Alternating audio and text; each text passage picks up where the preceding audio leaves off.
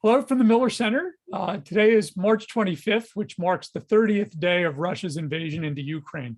I'm Bill Antholis, Director and CEO of the Miller Center, and here today with several of our colleagues here at the University of Virginia to share our thoughts on the shifting geopolitical landscape being unleashed by the devastating conflict in Ukraine.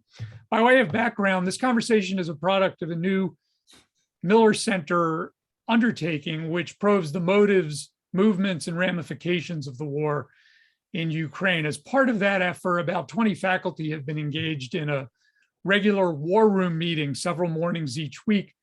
We've launched a blog that's rich with commentary and is available via the Miller Center's website. And we're also hosting events and conversations such as this one. Let me introduce our panelists. Dale Copeland is a Miller Center faculty senior fellow and the Hugh and Winifred B. Cumming Memorial Professor of International Affairs at UVA's Department of Politics. Dale's research focus is wide-ranging and includes security studies, political economy, war and peace, and the rise and fall of great world powers, among other topics. Harry Hardings is a Miller Center faculty senior fellow, university professor, and the founding dean of UVA's Batten School of Leadership and Public Policy. Like me, he's also an alumni of the Brookings Institution. He's also a specialist on Asia and US-Asian relations. Shirley Lin is a Compton visiting professor in world politics at the Miller Center, a non-resident senior fellow at Brookings, and an adjunct faculty member of Chinese University of Hong Kong. She's also a specialist on Asia and US-China relations. And last but not least, John Owen is a Miller Center faculty senior fellow and the Ambassador Henry Taylor and Marion Taylor Professor of Politics at UVA. John's work focuses on issues of war and peace, regime change, religion, and international security. Thanks all for joining me for this important conversation this morning. Let's jump right in. I'm struck, since we're talking geopolitics, and if you look back in the Miller Center archives, you will see US Sino-Soviet conversations have absorbed presidents going back to the end of World War II. Questions about who lost China, even while we were entering the Cold War with Russia. So I'm just wondering about the historic parallels, both in the three-way US Sino-Soviet or Sino-Russian relations, but even beyond that, what looks similar to this, but also where could we be lulled into false similarities from the past? Let me start with John. Yeah, this is the one of the big questions lots of people are asking. Often our minds go back to the phrase Cold War, and we think this is starting to look like the late 1940s after the Second World War, when there emerged this bipolar system. There are differences, however. First of all, Russia is not nearly as powerful as the Soviet Union. Indeed, we've discovered in the last month that Russia is as a conventional military power, not very powerful at all.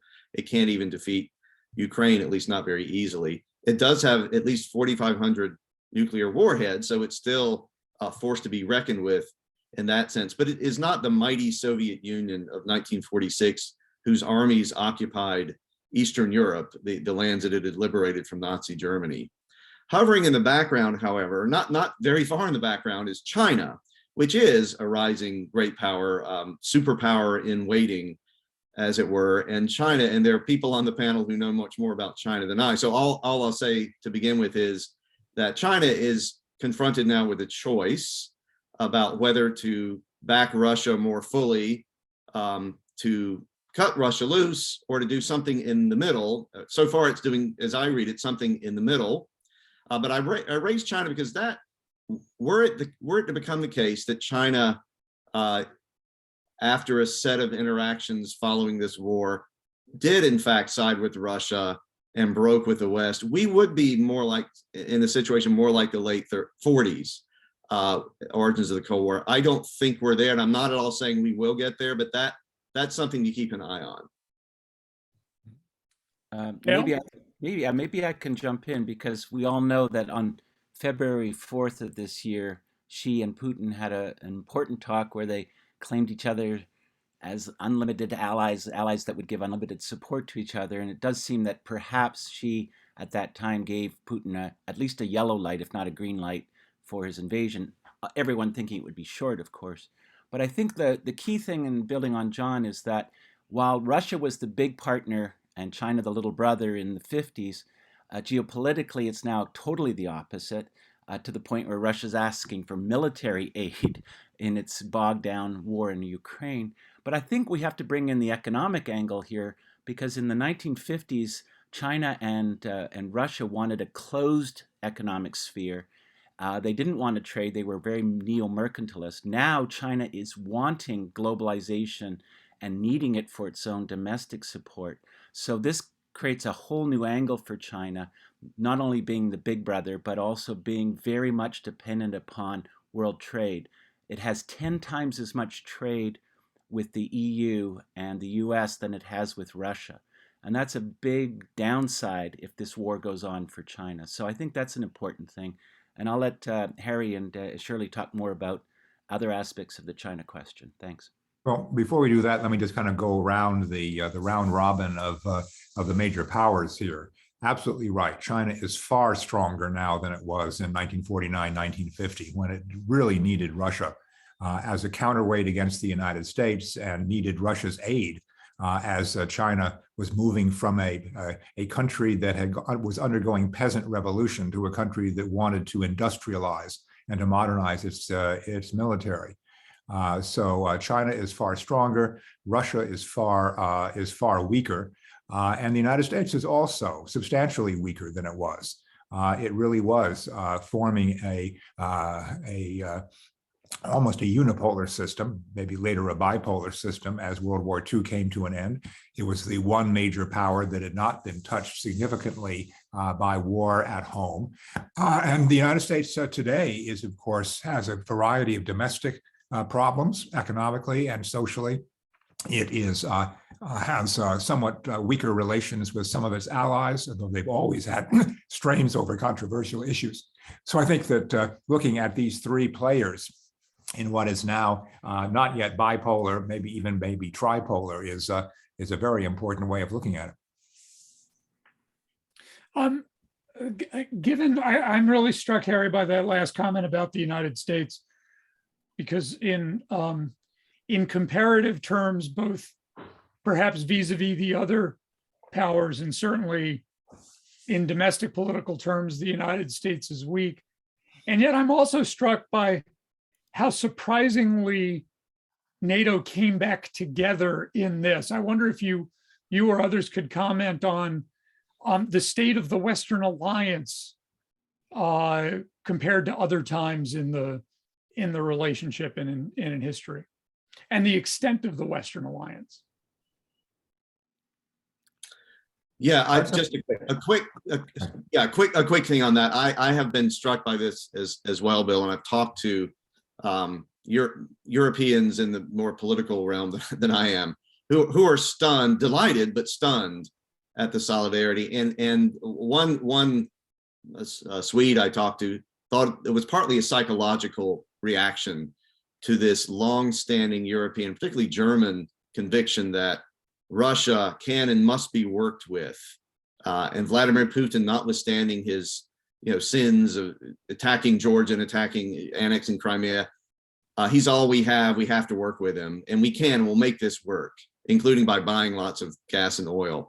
And when he invaded Ukraine, to the shock of most Europeans, it was as if a switch flipped, and they're turned 180 degrees.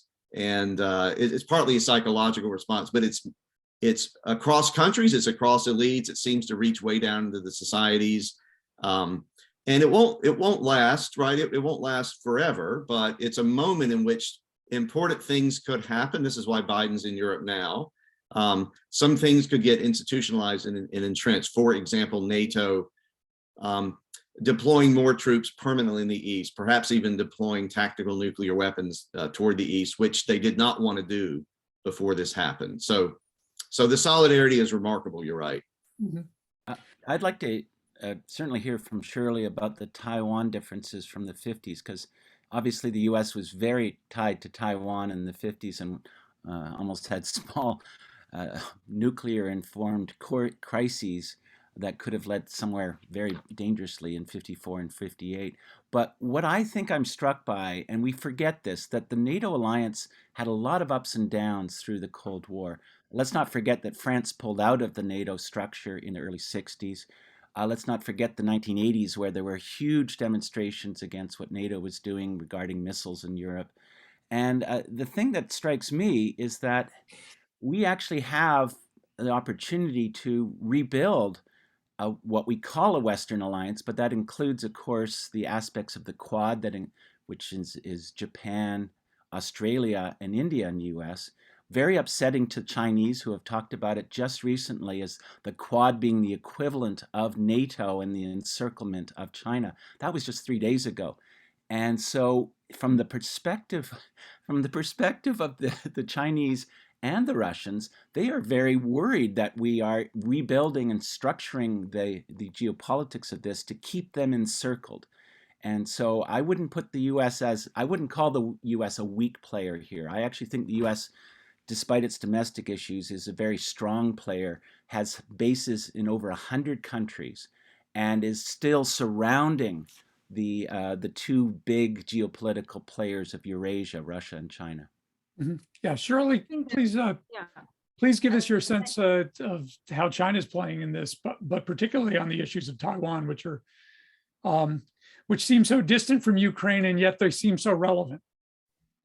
Yes, I think what John and Dale and Harry have done in their discussion of the norms of post-World War II order is an excellent way for me to start by saying that I think most people in Asia don't view it that way. And that's quite important. I spend most of my time physically in Asia throughout the year. And of course, there is a very important concept that has been on the rise, so to speak, about the rise. It's called Dongshen Xijiang. The East is rising and the West is declining. So this is something that, of course, is propagated and encouraged and has a very large circle in China, this China-centric Asia, if you will. And I think this crisis is very important as a way to test, basically, the solidarity and the real firepower of the West, so to speak, in this large concept. Now, something is really different in this, and Dale pointed to that as well, which is China was mercantilist, and China now is the most interdependent country, as is the United States, and has a lot at stake. And so I think that this neo-mercantilism moving to globalization and now moving back, but actually forced by the United States more so than China to decouple, to become much more nationalistic in terms of their political economy, is something very challenging for China, much more so than consideration of values and norms. But the values and norms part is very important in the sense that China never really viewed the norms as being changed by the US-led hegemony or the West to be of something that was already a settled question. So in their view, this was there was going to be some kind of situation where there will be a reset in terms of institutions, setting up AIIB and others. But if you will see what has happened in the Ukraine crisis, and how is that specifically important to China? Just in the last few weeks, you could see that Hang Seng Index and CSI 300 index dropped precipitously. This is really challenging for China, much more so than war, because it's very near to and dear to the great leader who's going to get his third term. The fact that COVID zero policy is not working. Shanghai is going through huge crisis right now, and not enough people are vaccinated. And then secondly, the fact that prices are increasing, consumption has not picked up, and the fact that the leader is about to get his third term.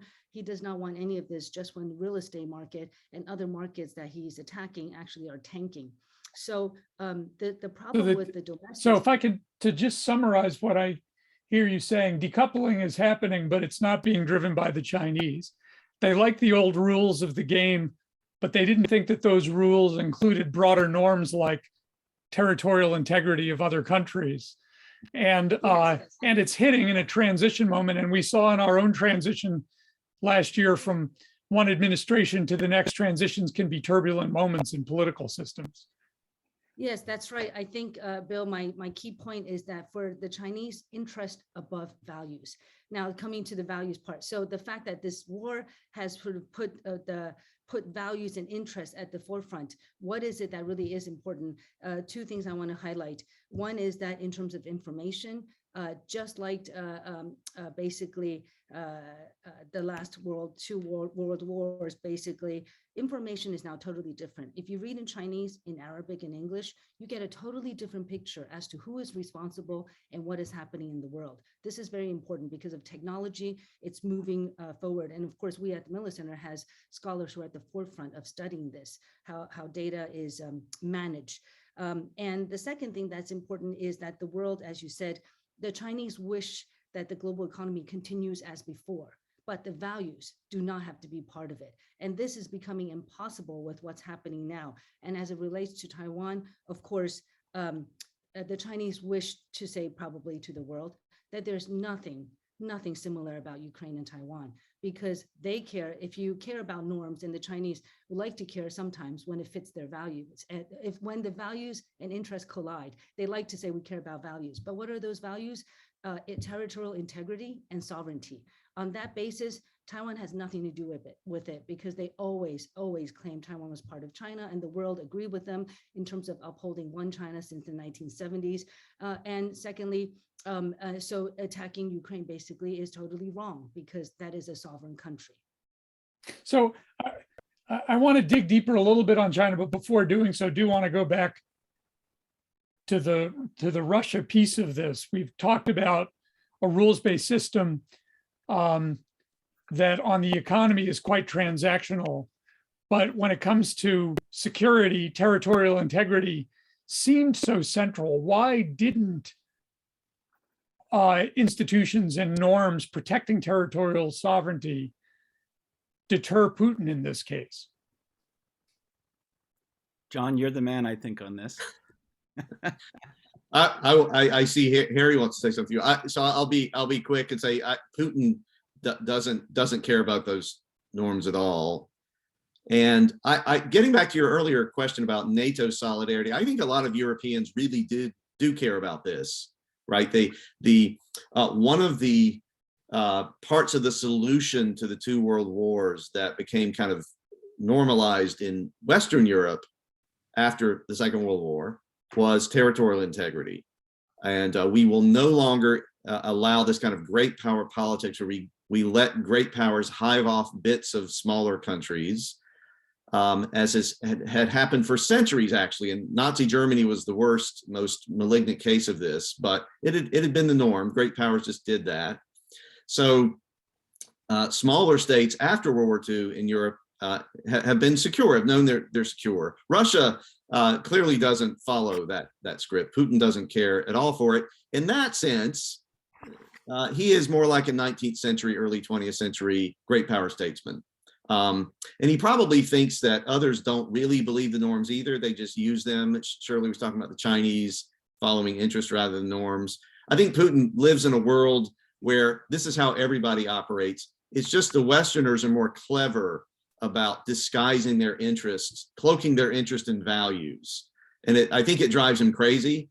And he is acting according to what he sees as interest, and he wants to show that these values are just phantoms. They're not real. What really matters is how much power you have.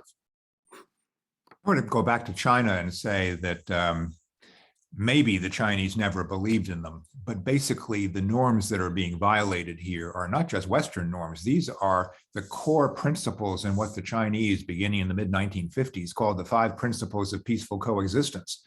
And these included non-aggression, support for sovereignty, territorial integrity, mutual benefit, and peaceful coexistence. This was the heart of their foreign policy. In fact, as recently as a few years ago, they signed a treaty of I think it was called Friendship and Cooperation with Ukraine that included these norms in that treaty. It also included those norms when it signed the Shanghai Communique with the United States way back in 1972. So basically, China is surprisingly I'll even use the word hypocritical here. It is violating norms that it held sacred throughout the last several decades, ever since really the mid-1950s. Where the real difference is another dimension that we haven't talked about yet, and that's different narratives. Basically, the United States has the narrative that after World War II, the great powers, and to some degree including China, as one of the great powers that were allied in the war, created an international order that was beneficial to everyone. It brought peace back to Europe. It allowed the economic development of poorer countries. It presided over, to some degree, the independence of former colonies, and everybody benefited. The Russians, of course, and the Chinese, or I should say the Soviets and the Chinese, have never accepted that narrative. And increasingly, they put forward with increasing force their own narrative, which is the United States used those norms and institutions to keep other countries in their place, and particularly has always feared and to some degree obstructed the rise of China. So it's not just a clash of norms and interests, but it's also fundamental narratives. And I think in some ways that's where the real difference is. Yeah, Harry, I think I should add to that what I was talking about, technology and enabling the creation of a different narrative is very important in the sense that I think Asians also, especially Beijing, would tell you that norms are not absolute. And so the fact that the West claims there are norms that are absolute is really just a tool for the political centers. But one example I would say is that abstentions you see in the United Nations in terms of the Ukraine war. The fact that China has abstained, it claims actually it is sticking by its norms and its values. And what are those?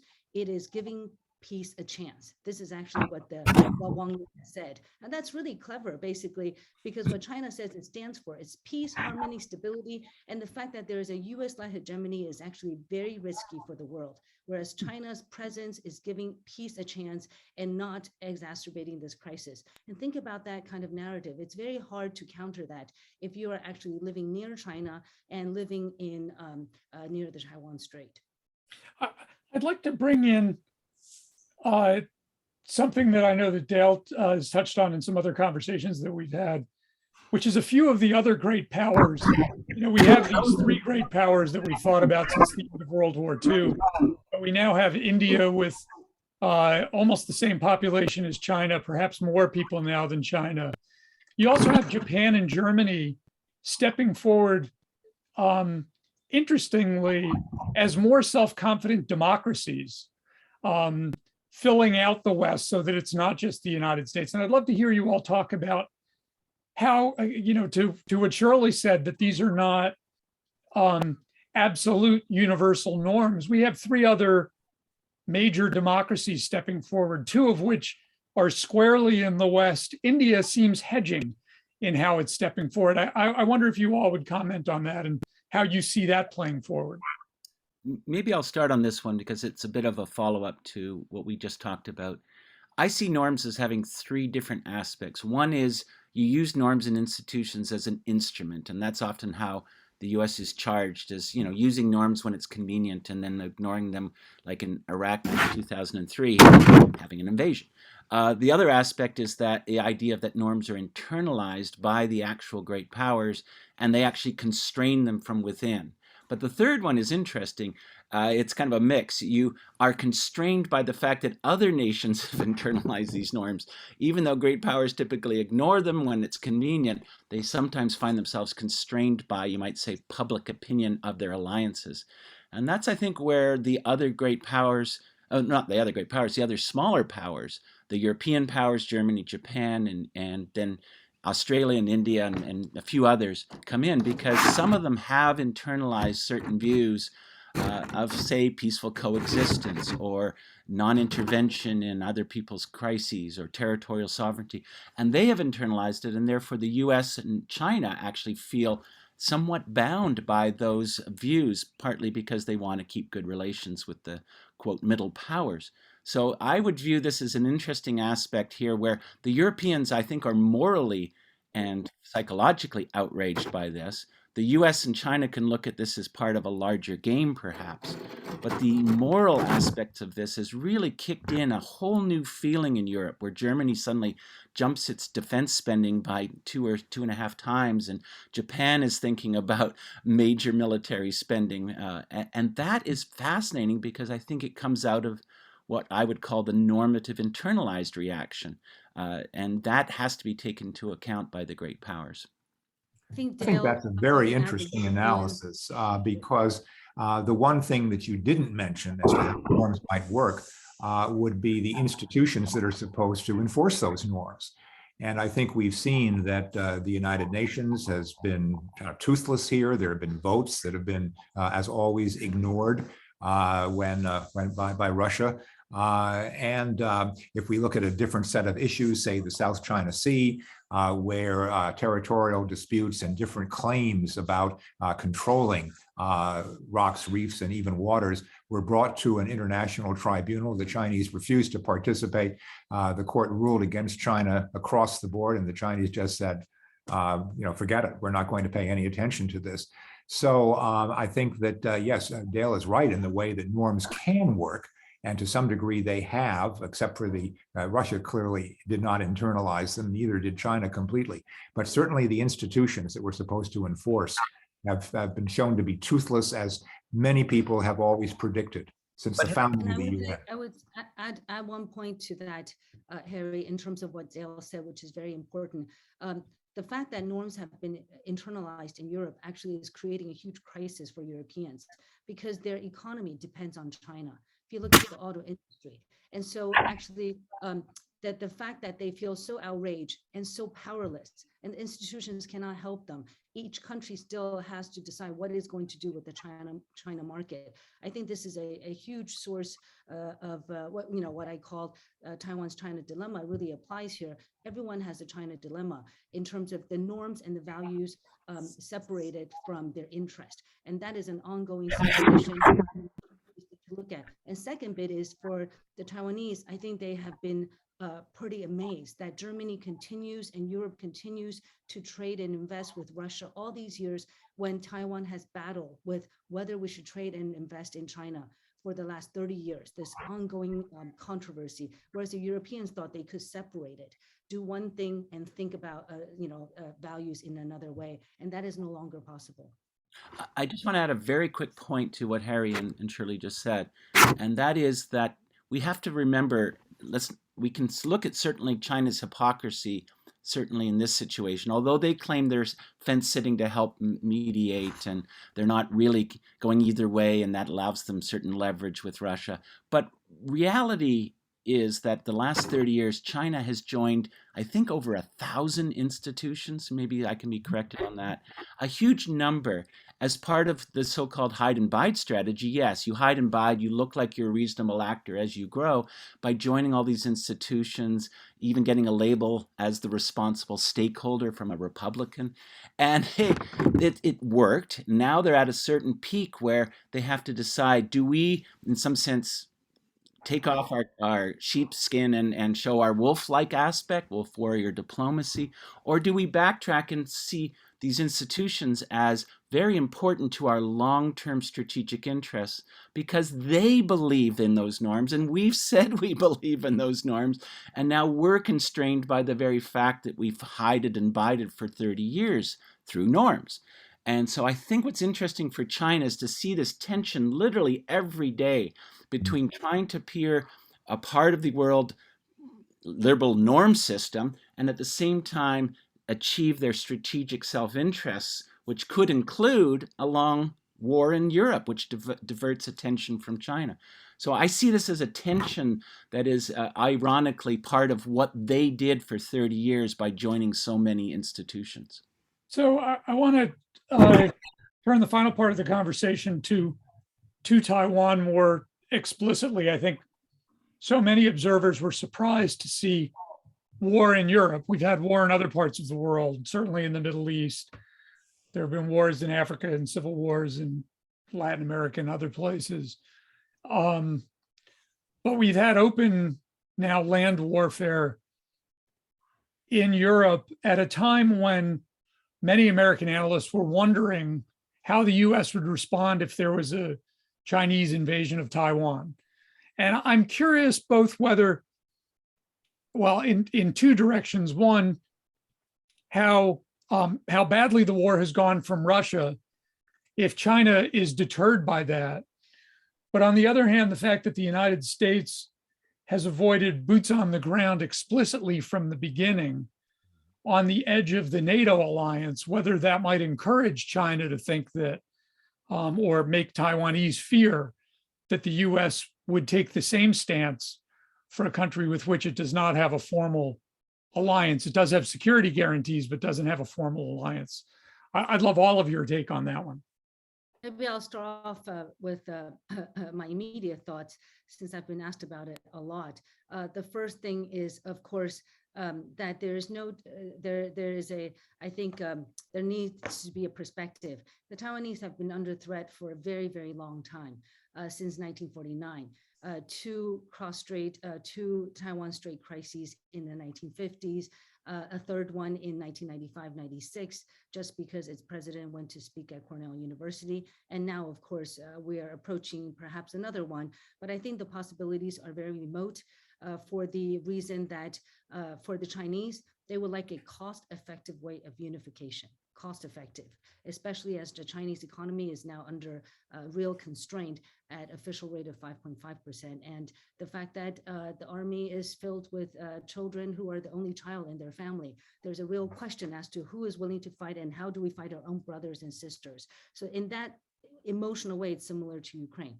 But the second part of it is Taiwan has never been actually before, like right now, such a national interest for the world, international and national interest for the United States, because both interest and values are aligned.